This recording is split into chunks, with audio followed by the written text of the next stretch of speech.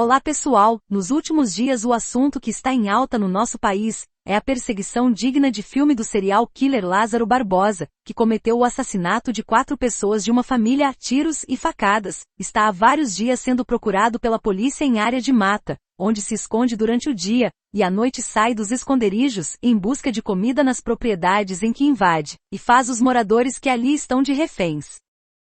Tem mais de 400 policiais fazendo rodízio em busca de Lázaro, que já trocou tiros com a polícia, e com um caseiro de uma propriedade que tentou invadir. Até o momento em que este vídeo está sendo feito, Lázaro se encontra cada vez mais encurralado pela polícia, e mesmo assim não facilita, se mostrando muito inteligente e estrategista, fazendo várias pistas falsas.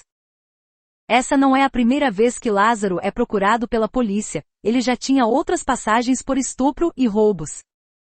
Bom, Lázaro não é o único serial killer que tirou o sono do povo brasileiro, e é isso que você confere nesse vídeo: 5 serial killers que apavoraram o Brasil.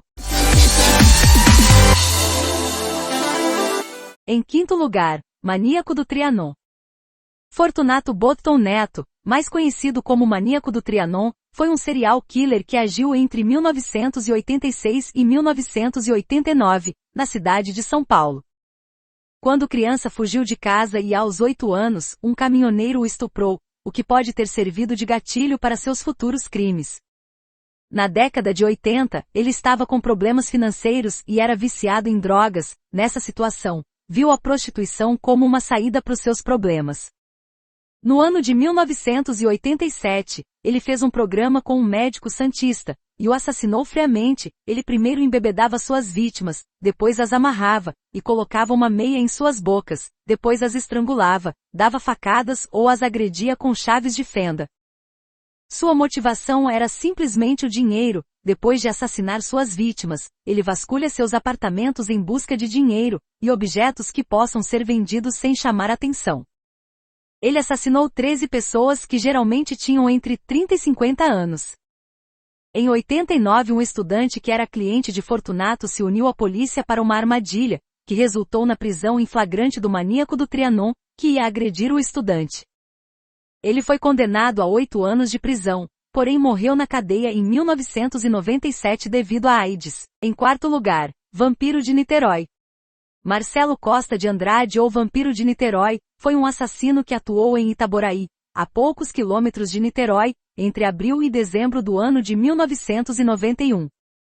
Marcelo teve uma infância difícil com uma família desestruturada. Na sua adolescência foi internado em um colégio interno, onde sofreu bullying até os 14 anos, que era a idade máxima que ele podia ficar lá. Quando saiu, ele começou a se prostituir, sendo sempre ativo nas relações, até que um dia um homem o obrigou a ser passivo. Esse episódio o perturbou muito e o fez tentar suicídio.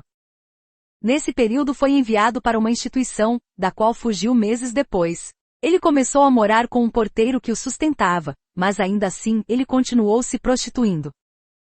Um tempo depois se separou do companheiro e foi morar com a família, mas enquanto morava com o porteiro, ele começou a frequentar a igreja por influência do parceiro, e já na casa da mãe, enquanto assistia à missa, ouviu o pastor falando que quando as crianças morrem, vão para o céu, e foi com essa lógica que ele começou seus assassinatos apenas de crianças. Ele não matava os adultos, pois acreditava que mandaria eles para o inferno.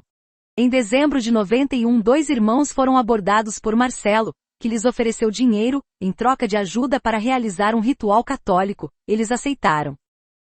Marcelo abusou e matou um dos irmãos, e o outro ele teve piedade por ser muito bonzinho. Ele ficou em posse do garoto, até que ele conseguiu fugir, e só revelou a morte do irmão para uma irmã mais velha, dias depois, quando o corpo foi achado, e a polícia entrou em contato. O garoto contou tudo, e revelou quem cometeu o crime. Marcelo foi preso sem demonstrar surpresa ou resistência.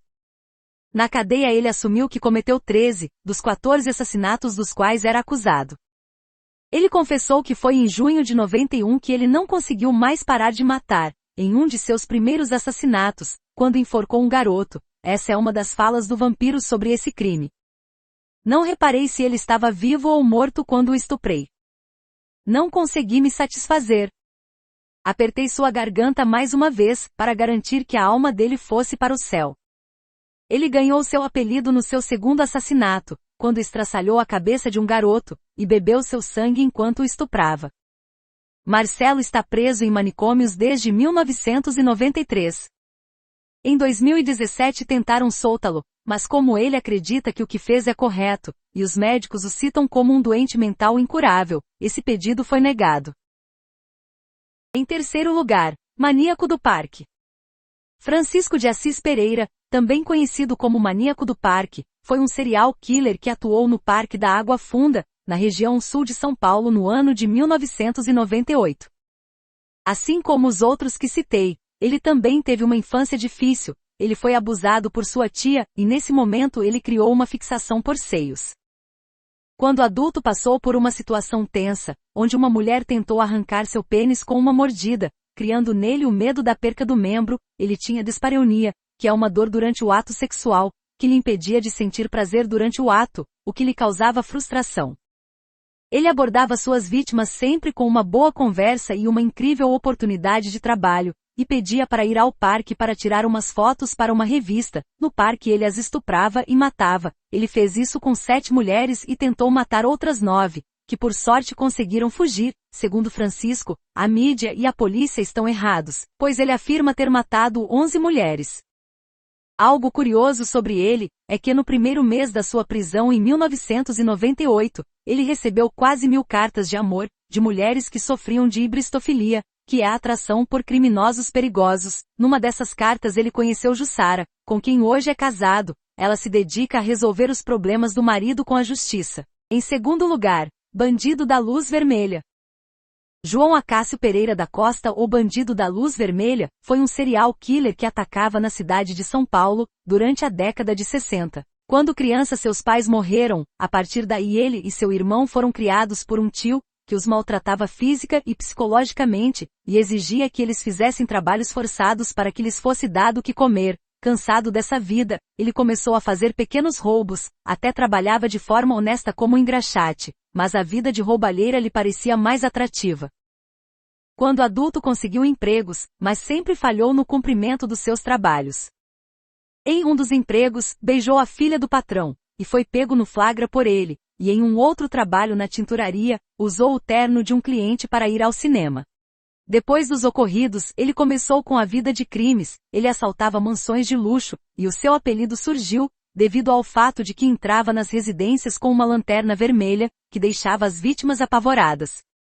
Ele era extremamente inteligente. Enquanto ele esteve na ativa, ele fingiu ser 4 criminosos diferentes para despistar a polícia. Ele agia como o bandido mascarado, que roubava joias, o bandido macaco, que usava um macaco de carro para abrir as janelas dos locais que invadia, o bandido incendiário, que tocava fogo nos corredores das casas, e o bandido da luz vermelha. Ele cometeu 4 assassinatos, que segundo ele foi porque as pessoas reagiram, e outras 7 tentativas de homicídio, cometeu 77 assaltos e acredita-se que ele estuprou mais de 100 mulheres. Foi preciso mais de 5 anos para pegarem ele, conseguiram prendê-lo devido a uma impressão digital, deixada em uma das mansões invadidas. Ele foi condenado a mais de 350 anos de prisão, mas devido à nossa lei, passou apenas 30 preso, e foi solto em 97. 4 meses depois se envolveu em uma briga de bar em Joinville, sua cidade natal, e foi morto por um tiro de espingarda. Em primeiro lugar, Pedrinho Matador. Pedro Rodrigues Filho, ou Pedrinho Matador, foi o maior serial killer brasileiro, tendo matado mais de 70 pessoas. Antes mesmo de nascer, Pedro já foi agredido. Ele nasceu com o crânio ferido, porque o seu pai desferiu vários chutes contra a barriga de sua mãe. Antes dos 18 anos, Pedro já cometeu seu primeiro crime. Ele tentou matar seu primo em uma moenda de cana, passando apenas seu braço. O resto não passou, e ele foi impedido por capatazes do local. Dias depois ele o matou, cortando seu corpo em vários pedaços, e jogou na moenda, restando apenas a cabeça que não passou na máquina. Aos 14 anos entrou para o tráfico, e começou com os crimes relacionados às drogas. Ele ficou famoso quando assassinou seu pai, que estava na mesma penitenciária depois de ter matado a esposa, a mãe de Pedro, a 21 facadas. Pedrinho, no enterro da mãe, jurou que mataria o pai, e com mais facadas do que as que o pai deu na mãe dele. Ele deu 22 facadas em seu pai, cortou um pedaço do coração dele, mastigou e cuspiu em cima do corpo. Ele afirmava matar apenas quem merecia. Em contrapartida, ele disse que já matou um companheiro de cela apenas por roncar alto demais, fora algumas exceções. Ele matava geralmente estupradores e agressores. Ele foi condenado pela morte de 71 pessoas, a maioria foi morta na cadeia. Pedrinho afirma que essa conta está errada. Segundo ele, mais de 100 pessoas foram mortas por ele, que ficou preso por 42 anos, sendo solto em 2018. Mas e aí, gostaram do vídeo? Não se esqueçam de se inscrever, deixar o seu like, ativar o sininho de notificações e compartilhar o vídeo com um amigo, e comentem aí embaixo alguma ideia de vídeo que vocês tiverem. Quem sabe a próxima curiosidade revelada aqui no canal não é ideia sua. Bom, isso é tudo, até o próximo vídeo.